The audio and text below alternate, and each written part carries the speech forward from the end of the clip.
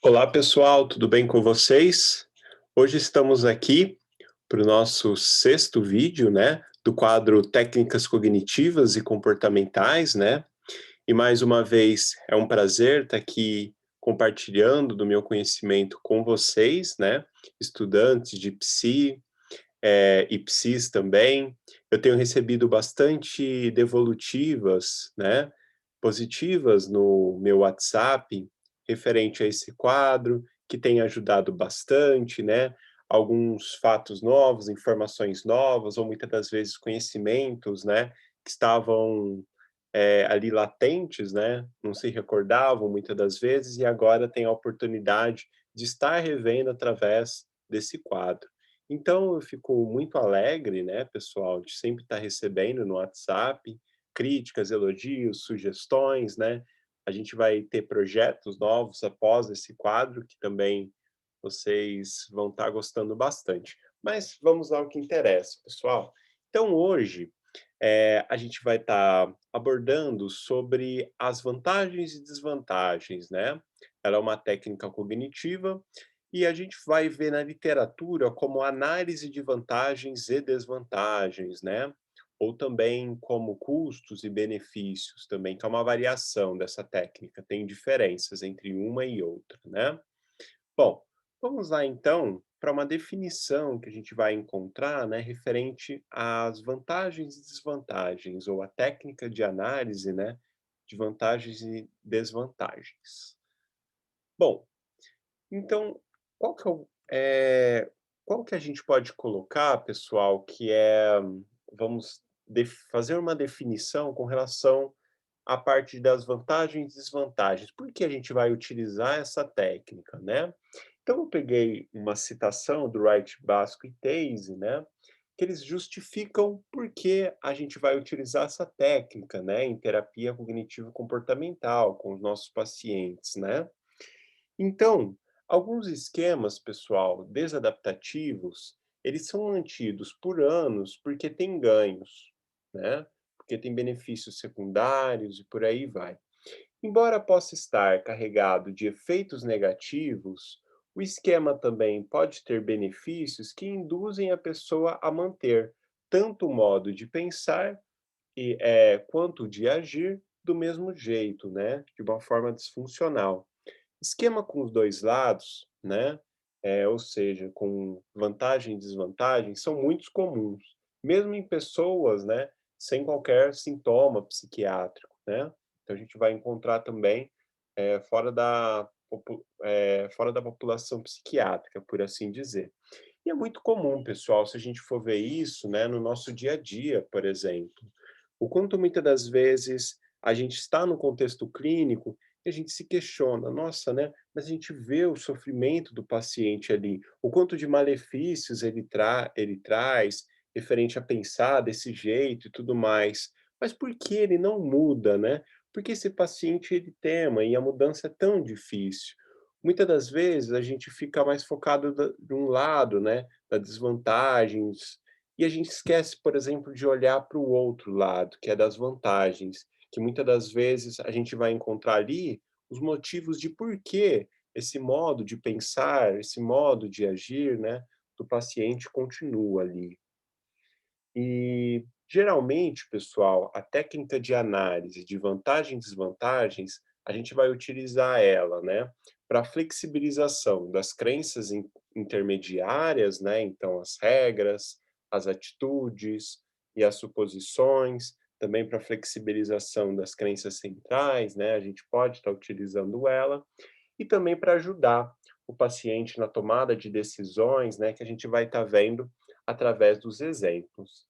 Então, assim, pessoal, todo o esquema que a gente for ver, né, crenças intermediárias, crenças centrais, eles têm benefícios e têm custos, têm vantagens e têm desvantagens, né?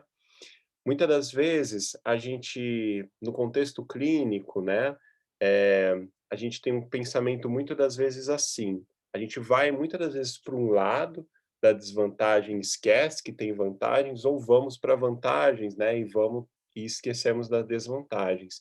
Então a gente tem que muitas das vezes estar concentrando, né, e estar encontrando tanto as vantagens quanto desvantagens para auxiliar o paciente no processo dessa mudança, né.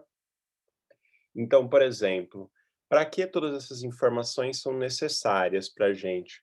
Quando a gente for fazer o processo de mudança, pessoal, a gente pode estar vendo como é que a gente pode criar um novo pressuposto, né, ajudar o paciente a desenvolver um novo jeito de pensar, né, por assim dizer, fortalecer uma nova crença, de forma que a gente mantenha os benefícios que tem no esquema anterior, né, no esquema desadaptativo, mantendo essas vantagens e reduzindo as desvantagens, né. Então, essa é a finalidade principal, e por isso a gente precisa fazer essa análise prévia, né. Bom, então vamos lá para os exemplos. O primeiro exemplo, pessoal, eu retirei do livro da Judite, né, A Terapia Cognitivo-Comportamental, Teoria e Prática. Vamos lá então para o nosso primeiro exemplo. Então o terapeuta questiona, né, ele utiliza lá como exemplo a paciente a Sally, né, o livro inteiro, na qual vai estar dando vários exemplos de uso de diversas técnicas, né, da terapia cognitivo-comportamental. Então, o terapeuta questiona quais são as vantagens de acreditar que se você não dar o melhor de si, vai ser um fracasso. Bem, isso pode me fazer trabalhar com mais dedicação, né. Então eu acreditando nisso, eu trabalho com mais dedicação. Nossa, imagina, né, o quanto isso é uma vantagem, pessoal, para o paciente ali. Quando ele acredita nisso, ele coloca ali como algo motivador, que vai ali cada vez mais fortalecer para ele, né, no ambiente de trabalho, vai fazer ele se dedicar mais, empenhar mais. Bom, e aí, seria interessante ver se você, na verdade, precisa de uma crença tão extrema para se manter trabalhando com afinco. Voltaremos a essa ideia mais tarde. Bom, você consegue pensar em alguma outra vantagem? Não, não que eu consiga lembrar.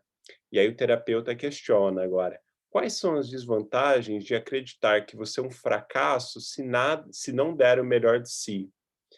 Aí entraria: bem, eu me sinto feliz quando não me saio bem nas provas, eu fico muito nervosa antes das apresentações, tenho menos tempo para fazer outras coisas que eu gosto, porque fico muito ocupada estudando.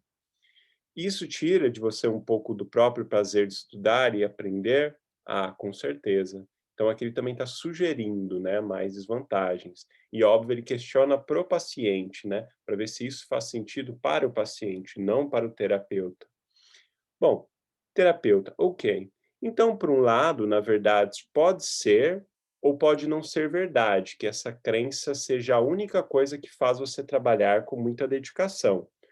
Por outro lado, essa crença de ter que estar sempre no máximo do seu potencial faz você se sentir infeliz quando não é ótima, deixa você mais nervosa do que o necessário antes das apresentações, atrapalha o seu prazer no trabalho e impede você de fazer outras coisas de que gosta. É isso mesmo? Aí o paciente responde: Ah, com certeza. Essa ideia, então, que você gostaria de mudar? Então perceba, pessoal, nesse ponto aqui, o terapeuta traz tanto as vantagens quanto as desvantagens, né? Para estar trazendo para o paciente assim, é isso que você gostaria de estar mudando, né? Então veja, tem vantagens, mas também tem desvantagens. Tudo isso vai contar para a gente estar gerando alternativas mais racionais, mais adaptativas para a realidade do paciente, né? Então, por exemplo, de que forma o nosso raciocínio nesse caso, pessoal, seria o seguinte: de que forma que, por exemplo, eu poderia criar um novo pressuposto com a paciente, de forma que mantenham-se a vantagem de tipo, que nem ela falou, né, de poder trabalhar com mais dedicação e reduzir, eh, aqui que foi colocado, né, o fato de se sentir infeliz, ficar nervosa, ter menos tempo para fazer. Então, essa é a questão chave. E aí, a gente não sabe, a gente vai questionando a paciente, né? A gente vai formulando uma nova crença mais adaptativa. E não vamos colocar a nossa crença sobre isso, né? A gente vai questionando e fazendo com que um paciente formule essa nova, né? essa nova crença mais adaptativa, ok? Bom, então basicamente esse é o primeiro exemplo. Vamos agora para o nosso segundo exemplo. Nesse segundo exemplo, pessoal, eu peguei um que se refere-se à parte de tomada de decisão, né?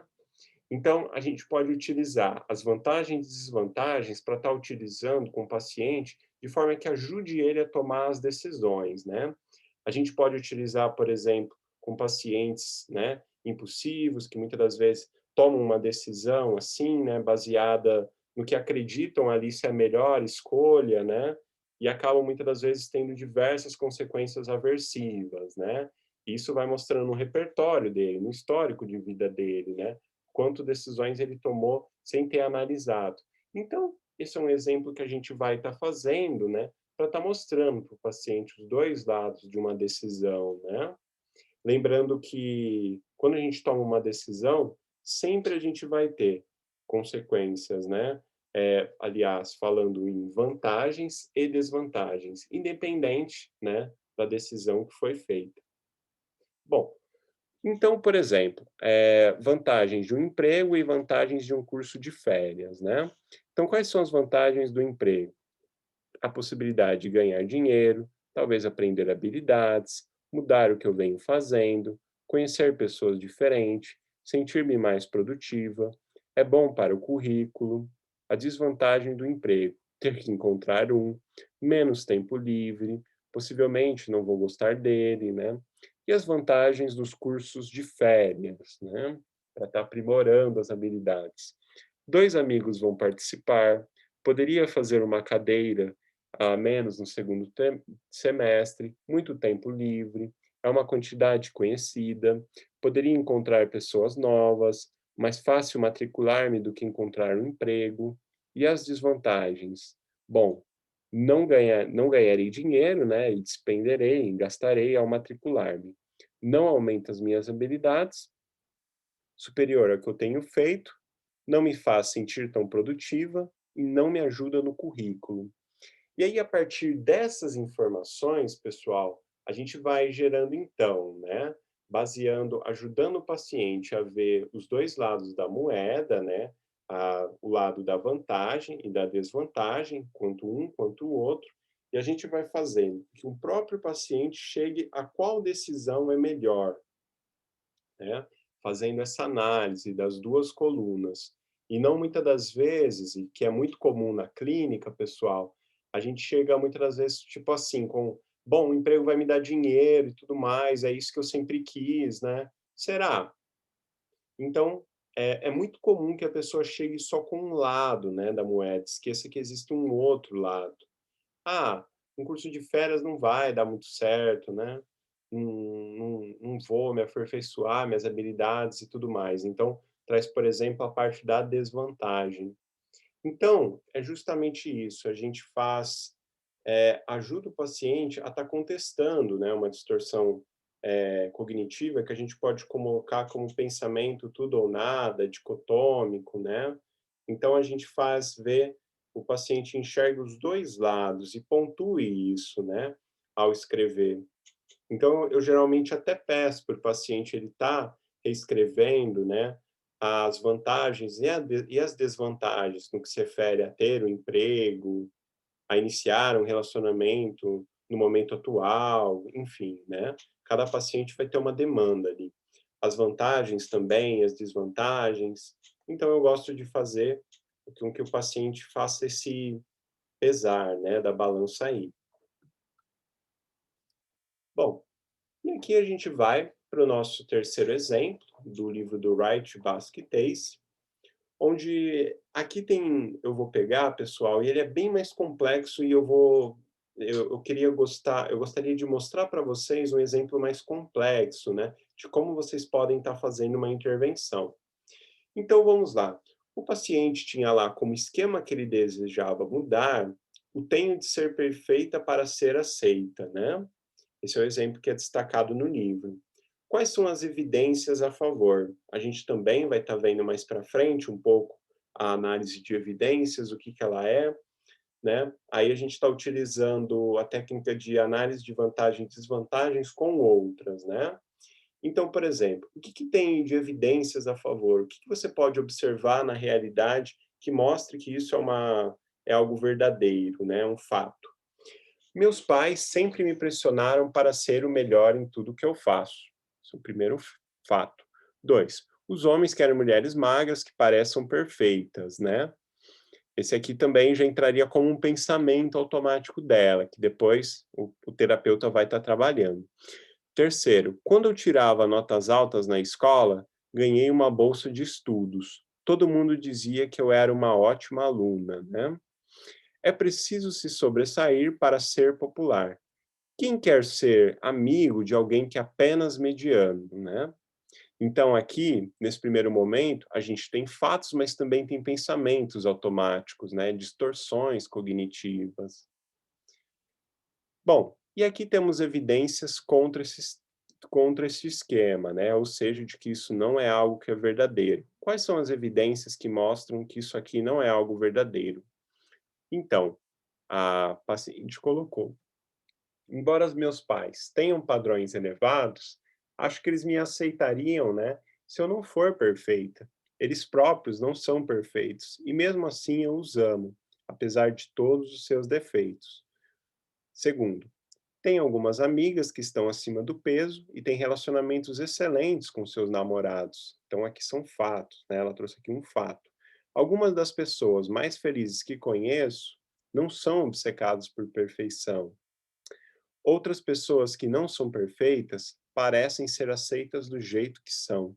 Talvez algumas pessoas ficariam mais confortáveis em um relacionamento com uma pessoa que também não é perfeita, né? E quais são os erros cognitivos na coluna de evidências a favor, né? Aí, então a gente vê pensamento do tipo tudo ou nada, maximização, ignorar as evidências, generalização excessiva ou hipergeneralização, né?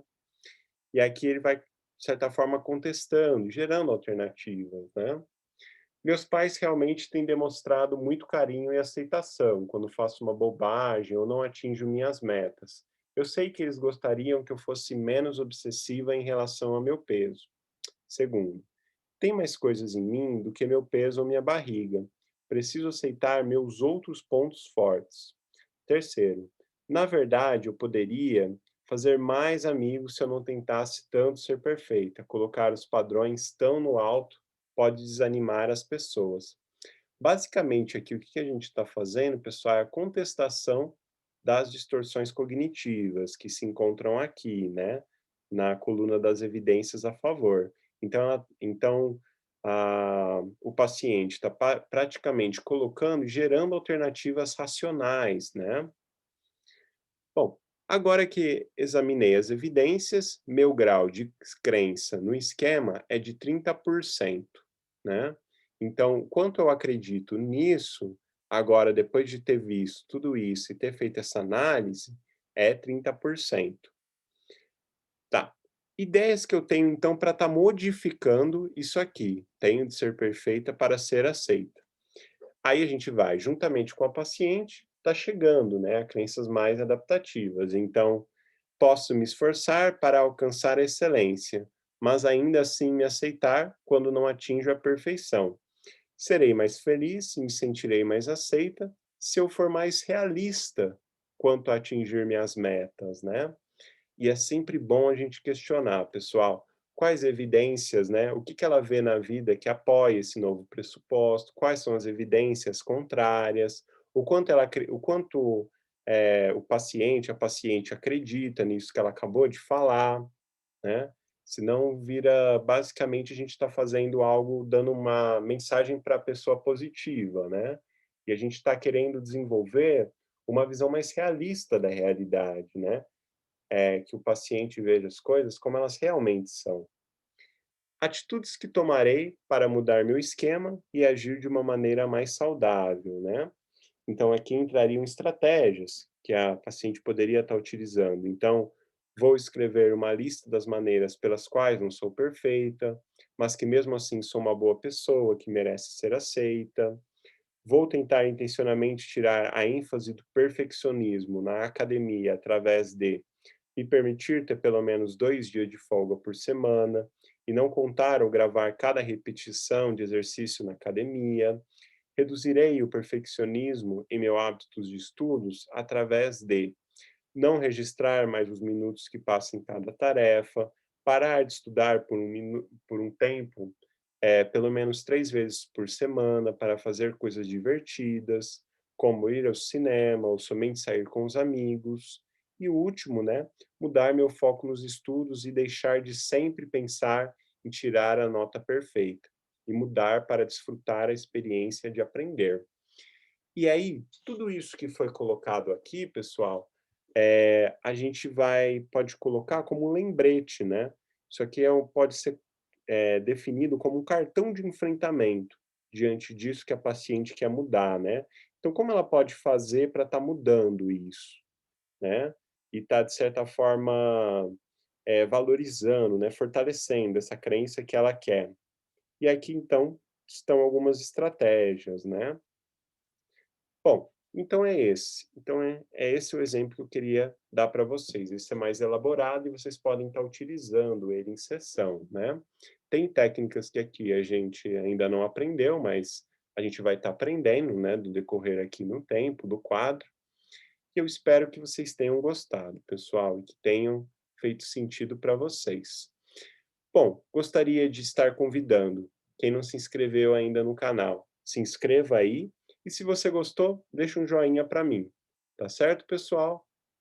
Agradeço a todos e espero que façam bastante proveito da prática clínica de vocês. Então, hoje a gente aprendeu sobre a técnica de análise de vantagens e desvantagens. Ok, pessoal?